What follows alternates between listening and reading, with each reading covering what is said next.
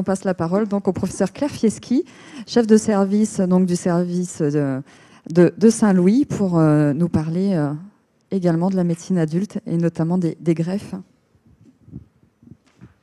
Merci beaucoup Virginie, merci de m'avoir invitée. Je suis honorée d'être ici. Je crois que la dernière fois que je suis venue, je crois qu'on était ici, Nisa. Ou peut-être à la Maison de la Mutualité, le dernier grand anniversaire. Le Collège des Bernardins, oui, je me rappelle, c'est très bien. En fait, je suis fascinée parce que moi, j'ai commencé à faire des déficits immunitaires quand j'étais dans le service de Alain Fischer, qui était dirigé par Claude Risselli en 1994. C'est eux qui m'ont donné le virus et l'envie d'en faire. Et je trouve que dans les 30 dernières années, les progrès ont été absolument énormes, grâce à plein de choses, à la modification de la société, à l'amélioration de nos connaissances, et puis à vous les patients, qui prenez en charge votre maladie, je trouve, de façon de plus en plus importante. Alors, j'ai mis un peu tout le monde. Le CEREDI, évidemment, qui est là. DEFI, c'est le centre de référence constitutif de l'adulte. Marie, c'est notre filière de soins maladies rares qui recoupe, vous le savez, plusieurs centres de référence maladies rares, coordonnateurs, qui sont tournés autour des maladies immunologiques. C'est important parce que, en fait, c'est une filière qui permet de mettre en commun des connaissances et puis de un peu les redistribuer. Moi, je travaille à l'Assistance publique Hôpitaux de Paris et je suis affiliée à l'Université Paris-Cité. Donc, quelques éléments que je voulais vous donner. D'abord, après le diagnostic, une des choses à laquelle j'ai assisté quand j'étais jeune chef de clinique, c'est le début de la cohorte DEFI, qui était une cohorte nationale, multicentrique, qui a maintenant donc 20 ans d'existence, et qui a eu pour but de prendre en charge, enfin, d'avoir des prélèvements et des histoires cliniques pour plus de 800 patients qui avaient un déficit de l'immunité humorale, donc un défaut de production d'anticorps.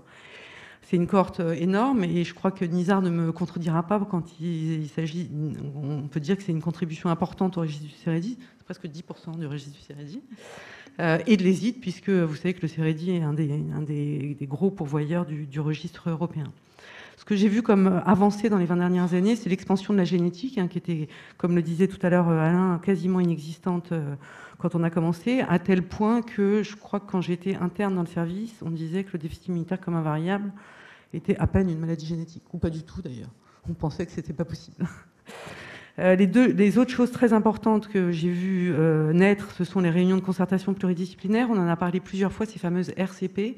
C'est des réunions dans lesquelles se mettent en commun un certain nombre de médecins d'un même centre et puis de tas de centres en région, qui permettent de discuter des dossiers difficiles. Ces médecins, c'est non seulement les immunologistes qui prennent en charge les patients, mais c'est également les spécialistes. Dans nos réunions, on a des pneumologues, des gastro-entérologues, des hépatologues avec lesquels on peut discuter pour tel ou tel type de prise en charge. Et puis, c'est des réunions qui sont importantes parce qu'on y discute non seulement la prise en charge diagnostique, mais aussi la prise en charge du point de vue thérapeutique, et puis éventuellement la prise en charge en termes de diagnostic plus précis, notamment, comme le précisaient Alain et Isabelle Pellier, la possibilité d'aller plus loin au plan génétique avec la possibilité de proposer le diagnostic génomique des maladies. L'éducation thérapeutique du patient, ça a été aussi très poussé par les filières de santé maladies rares. C'est ces séances où on discute, où un médecin, des psychologues, des soignants discutent avec les patients autour d'un sujet particulier, mon déficit immunitaire comme invariable, les principaux symptômes, les infections, comment je les prends en charge, mon traitement, comment est-ce que je peux améliorer sa tolérance, sa disponibilité, etc. Et puis évidemment le suivi en consultation, qui est un suivi régulier avec qui constitue une sorte de binôme patient-médecin. Alors juste 2 mots sur cette cohorte qui a maintenant 20 ans d'existence, qui proposait de recenser les patients adultes qui avaient un déficit immunitaire humoral. Vous le voyez dans ce schéma, les 2/3 ont un déficit immunitaire comme invariable et puis les autres pathologies sont beaucoup plus rarement représentées. Elle a été montée grâce à un financement GIS Maladies Rares, qui était un ancêtre des financements pour les maladies rares, par Eric Oxenender, qui était mon chef de service jusqu'à très récemment, et puis après soutenu par 2 programmes hospitaliers de recherche clinique. Qu'est-ce qu'elle a permis d'apporter? Je crois beaucoup de choses. D'abord, elle a permis de confirmer que les patients qui avaient un déficit immunitaire humoral avaient des caractéristiques des lymphocytes particuliers. Ça, c'est un travail qui a été très précoce au début des années 2000, hein, au moment où on n'avait pas beaucoup de génétique. Et puis après, il y a un certain nombre de recherches cliniques qui a été faite à propos de cette cohorte. Le premier papier, c'était un papier qui reprenait les infections chez ces patients-là. Le deuxième, il y a eu plusieurs papiers, y compris de centres de régions, qui reprenaient certaines maladies auto-immunes, l'existence d'une structure microscopique qu'on appelle le granulome, le groupe particulier de patients qui avaient des lymphomes dans les déficits immunitaires. On a décrit une sorte de sous-groupe de patients qui avaient un déficit immunitaire comme un variable qui s'appelle le LOCID. Et puis plus récemment, Marion Malfait a quasiment soumis un papier sur les maladies hépatiques dans ces déficits immunitaires humoraux qui sont très importants. Et puis il y a eu de la recherche fondamentale qui a été faite aussi, avec le travail de Johan Fadlala, qui a beaucoup travaillé sur le microbiote au cours des déficits immunitaires, à la Pitié dans le groupe de Guy Groschoff. Donc ça a été cette cohorte très important. Votre participation a été très importante pour améliorer la connaissance, le suivi et la recherche sur ces maladies-là. Alors, je remonte juste brièvement l'augmentation exponentielle du nombre de déficits immunitaires génétiques décrits depuis les années 80, avec des améliorations dans la compréhension et dans les descriptions qui concernent effectivement les défauts de production d'anticorps et ce qu'on appelle la dérégulation immunitaire, qui comprend parfois également un défaut de production d'anticorps qui sont assez fréquentes chez les adultes. Évidemment, cette génétique, elle nous permet à la fois de mieux comprendre et parfois de mieux traiter, c'est-à-dire d'utiliser, comme le disaient Alain et Isabelle et Caroline, des médicaments qui sont plus adaptés à la génétique qui a été trouvée chez les patients. C'est malheureusement pas toujours le cas. Il faut garder un œil de clinicien sur les manifestations cliniques de ces déficits immunitaires. 2 mots sur la grossesse et la génétique. Alors la grossesse, elle est dans la grande majorité des cas, je pense, possible. La différence avec quelqu'un qui n'a pas de déficit immunitaire, c'est qu'elle se prépare, c'est-à-dire qu'elle se discute en amont. Il faut que votre docteur soit au courant qu'une grossesse se prépare pour qu'elle se passe le mieux possible, qu'on puisse enlever les médicaments qui sont toxiques pendant la grossesse, qu'on puisse améliorer les immunoglobulines pour qu'il y ait le moins d'infections possibles pendant la grossesse et qu'en postpartum, après l'accouchement, eh bien, les suites soient le plus simple possible. Les infections sont rares. On a vu que le Covid, finalement, était... à l'exception de quelques déficits immunitaires, le plus souvent pas graves chez nos patients. Oh, pardon, j'ai mis un 2R au CEREDI.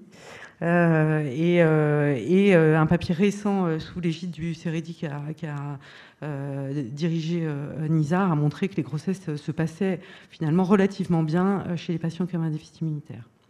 Il y a une question qui reste ouverte et qui est difficile, je trouve, c'est quand on est un adulte et qu'on a un déficit immunitaire humoral qui est connu, à quel moment est-ce qu'il faut faire le diagnostic le dépistage de la maladie génétique? C'est évidemment c'est une question qui se pose et qui est difficile parce que certains des déficits immunitaires génétiques responsables de déficits immunitaires humoraux ont une pénétrance incomplète. Ça veut dire que quand on peut être un adulte de 30, 40, 50, 60 ans, être muté et ne pas avoir de symptômes. Donc c'est très difficile de proposer un dépistage néonatal aux enfants des mamans qui ont une maladie génétique. Et c'est des cas qui se discutent avec le médecin, avec l'équipe de génétique, pour essayer d'avoir une sorte de bénéfice à la fois pour les mamans, les parents, et puis les enfants qui viennent de naître. Il faut que ça reste un bénéfice d'avoir un diagnostic génétique. Alors, on m'avait dit, le titre du topo, c'était « Vivre et vieillir avec un déficit immunitaire ». J'aime pas tellement ce terme, mais en même temps, il dit bien que, contrairement à ce qui se passait il y a 50 ans, en fait, on vieillit avec un déficit immunitaire. Et je vois certains de nos retraités dans la salle, ça me fait très plaisir. Donc oui, on peut vivre et on peut vieillir avec un déficit immunitaire. Il y a plein de choses à savoir pour les docteurs, pour les patients, pour les assistantes sociales qui sont auprès de nous, pour les soignants, les paramédicaux, etc. il y a des choses qui doivent se discuter. Il faut que la médecine du travail soit au courant de votre maladie, parce que ça me paraît important pour vous protéger, pour protéger vos postes. Et c'est vrai aussi pour les demandes de reconnaissance de qualité de travailleur handicapé. Il y a quelques patients qui ne veulent absolument pas en parler. Il y a quelques patients qui l'ont découvert et qui ont vu que c'était aussi un moyen de mieux se soigner, de mieux se faire suivre, parce que ça vous permet d'avoir des jours pour pouvoir aller en consultation, pour pouvoir aller voir vos spécialistes, et que ces jours ne soient pas retenus sur vos salaires. Donc c'est quelque chose qu'il faut parfois faire. Et puis je pense que c'est un moyen aussi d'ouvrir à la population générale, mais aussi au monde du travail, la possibilité d'avoir ces maladies chroniques et d'être reconnu dans son travail malgré cette maladie chronique. Les voyages, je me rappelle très bien d'un patient que j'avais pris en charge au début des années 2000, quand j'étais jeune chef de clinique à Saint-Louis, qui avait été pris en charge par Claude Grisselli, et Claude Grisselli lui avait dit « jamais de voyage ». Nulle part. Dans les années 70, c'était une jeune femme adulte. Bon, les choses ont beaucoup changé. Les voyages, c'est possible, ça se prépare. Et il faut aller dans des endroits où vous serez en sécurité, où vous ne serez pas à risque de faire des infections sévères, etc.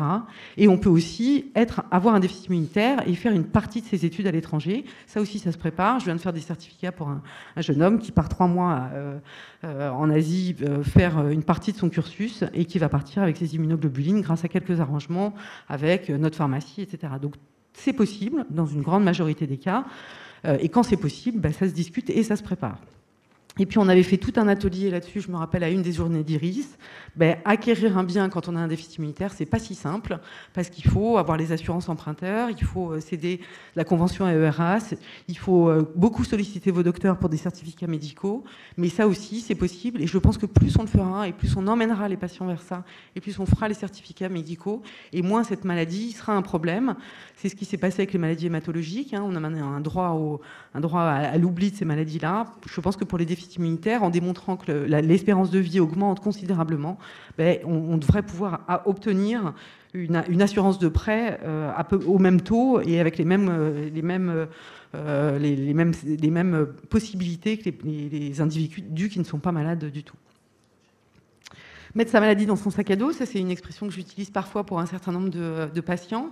C'est vrai que c'est une maladie chronique, donc il faut savoir l'avoir avec soi. Ça veut dire qu'il faut pouvoir vivre avec, l'accepter, être capable de l'expliquer à ses proches et de savoir pour les proches que parfois c'est difficile d'avoir avec eux, auprès d'eux, un individu malade, même s'il ne se plaint pas. Il faut pouvoir la décrire aux gens et pouvoir en parler. Je pense que c'est très important. Et puis il faut pouvoir la faire dépister. C'est pour ça que c'est important d'en parler aux proches. Faire dépister ses parents, ses frères et sœurs et discuter du dépistage des enfants. Je la vois plutôt comme un partenariat entre le patient et le médecin. Et puis, je pense à Mathéo, qui est là, qui en a fait un sujet de film. Je pense à Suzy, qui n'est pas avec nous, mais qui, j'espère, nous suit en vidéo, qui en a fait un sujet de roman. Je crois que c'est un moyen aussi de se l'approprier, de travailler avec elle, de travailler avec elle. Et dans cet ordre-là, le secteur associatif est pour moi très important. J'ai un patient qui est très impliqué dans les recherches de dons pour le Téléthon et je trouve ça très, très important parce que ça fait connaître le déficit immunitaire. Et puis Iris au quotidien est aussi extrêmement important pour les patients. Vous en êtes le témoin, je crois qu'il y a beaucoup de monde en ligne et nous on parle beaucoup de l'association et je sais qu'il y a des forums et que les patients sont très aidés par ce mode de communication où il n'y a pas de docteur, il y a une modération qui est sans les médecins et qui est importante pour partager des difficultés au quotidien. Un grand merci à vous, les patients, dont les questions, les pathologies, les engagements nous portent, à ceux qui m'ont formé, je dis qui ont formé les cliniciens, mais qui m'ont formé moi quand j'étais chef de clinique, Claude Grisselli, Alain Fischer, Stéphane Blanche, Caroline Thomas, qui était ma chef de clinique quand j'étais interne, Elie Haddad, qui était également chef de clinique, il y avait aussi Malika Benkerou, Maxime Sélégan, que moi je n'ai pas connu au lit du patient, mais Jean-Pierre Clovel et Eric Oxenender, qui sont mes aînés et qui ont fabriqué un peu tout ce réseau défi, qui ont été très importants. Au réseau, donc le réseau défi, le réseau du CEREDI, aux filières de santé maladies rares, aux soignants auxquels je pense beaucoup et qui sont en part importante, je parle des soignants non médicaux évidemment, qui ne sont pas toujours là, mais à vous tous aussi, les assistants de recherche clinique qui font tout pour que ce réseau soit vivant et participe. Les soignants, je pense aussi aux difficultés qu'on a eues nous dans le service il y a 2 ans, parce qu'on avait tellement peu d'infirmières de nuit qu'on a cru à un moment qu'on allait devoir fermer. Donc Il y a eu un peu d'avancée, j'espère que ça va pouvoir continuer et que leur travail pourra être reconnu pour pouvoir continuer à être à vos côtés pour vous aider. Et puis à Iris pour sa ténacité, sa longévité, sa présence et son dynamisme, un bon anniversaire. Merci. Merci. Merci beaucoup.